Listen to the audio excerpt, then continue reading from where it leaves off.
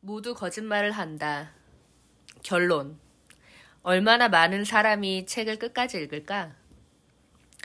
책을 쓰기로 계약한 후 나는 머릿속으로 책의 구성을 명확하게 정리해뒀다. 기억할지 모르겠지만 책 시작 부분에서 우리 가족이 추수감사절 때 식사하는 모습을 묘사했다. 우리 가족은 내 정신 상태에 관해 논쟁을 벌이고 왜 33살인 내가 제 짝을 찾지 못했는지 알아내려 했다. 이 책을 마무리하기 전까지 내 계획은 이랬다. 제 짝을 만나서 결혼한다. 빅데이터를 이용해서 만난다면 더 좋을 것이다. 연애 과정에서 있었던 재미있는 이야기를 책에 끼워 넣을 수도 있을 것이다. 이후에는 내 결혼식을 묘사하고 아내에게 주는 연애 편지를 겸하는 결론으로 마무리할 것이다. 불행히도 삶은 계획과 달랐다. 책을 쓰는 동안 아파트에 틀어박혀서 세상과 거리를 두다 보니 연애와는 멀어졌다. 여전히 나는 제 짝을 찾아야 하는 신세다. 그보다 더 심각한 일은 새로운 결론을 찾아야 한다는 것이다. 멋진 결론을 찾으려고 좋아하는 책들을 자세히 읽었다. 내가 판단하기에 최고의 결론은 표면 바로 밑에서 늘 맴돌고 있던 중요한 사실을 표면으로 부상시키는 것이다. 이 책의 요점은 사회과학이 진정한 과학이 되고 있다는 것이다. 이 새롭고 실제적인 과학은 우리의 삶을 향상시킬 준비를 하고 있다.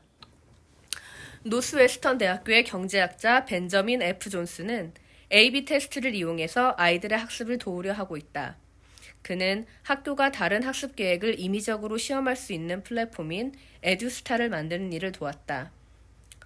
많은 기업들이 교육 소프트웨어 사업에 참여하고 있다. 에듀스타를 통해 학생들은 컴퓨터에 로그인해서 다양한 학습 계획에 임의적으로 노출된다. 이후 그 내용을 얼마나 잘 공부했는지 확인하는 간단한 시험을 본다. 어떤 소프트웨어가 학생들의 내용 파악에 가장 도움을 줬는지 알게 되는 것이다. 이미 에듀스타는 다른 훌륭한 A/B 테스트 플랫폼과 마찬가지로 놀라운 결과를 내놓고 있다. 많은 교육자들이 열광적인 반응을 보인 한 학습 계획에는 게임을 이용해서 학생들에게 분수를 가르치는 소프트웨어가 포함되어 있다. 수학을 게임으로 바꾼다면 학생들이 더 재미있게 더 많은 것을 배우고 시험에서도 좋은 결과를 얻지 않을까? 게임을 통해서 분수를 배운 학생은 일반적인 방법으로 분수를 배운 학생에 비해 시험 점수가 나빴다. 이는 실리콘밸리가 더 많은 광고 클릭수를 만들기 위해 개척한 테스트를 흥미롭고 사회적으로 유용하게 사용하는 방법이다. 사람들이 잠을 더 많이 자게 만드는 건 역시 그렇다. 미국인은 평균적으로 하루 6.7시간을 잔다. 미국인 대다수는 잠을 더 자고 싶어 한다. 하지만 밤 11시가 되면 스포츠센터 방송이 시작되거나 유튜브가 유혹한다. 자고자 한다면 그저 눈을 감고 기다려야 한다. 고객이 수십만 명인 웨어러블 디바이스 회사 조보는 사용자들이 하고자 하는 일, 예를 들면 일찍 잠자리에 드는 것을 도울 수 있는 개입 방법을 찾기 위해 수천 번의 실험을 거쳤다.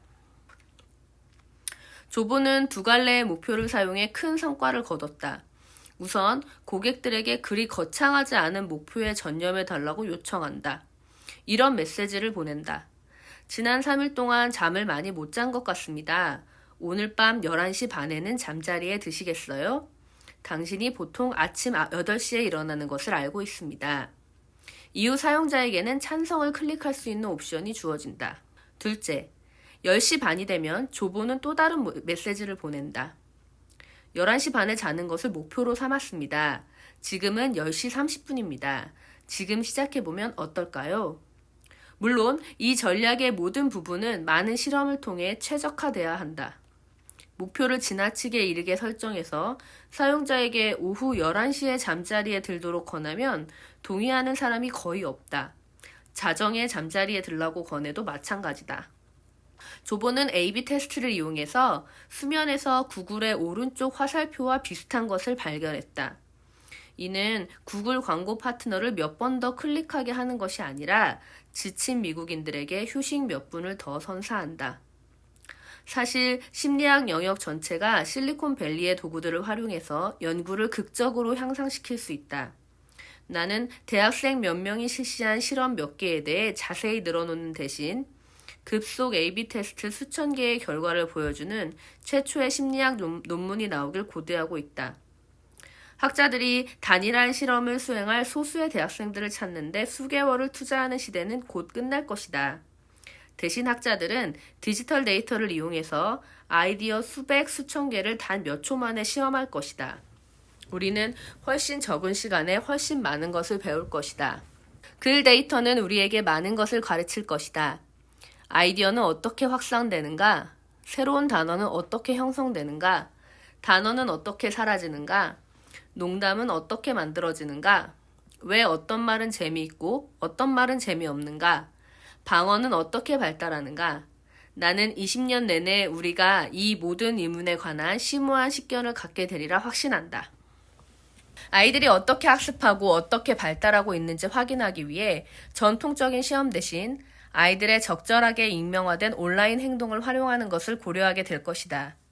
아이들의 철자법 수준은 어떤지, 난독증 징후를 보이지는 않는지, 성숙한 지적 관심사를 개발하고 있는지, 친구가 있는지, 아이들이 매일같이 키보드로 쳐대는 말들 속에는 이 모든 질문에 대한 힌트가 있다.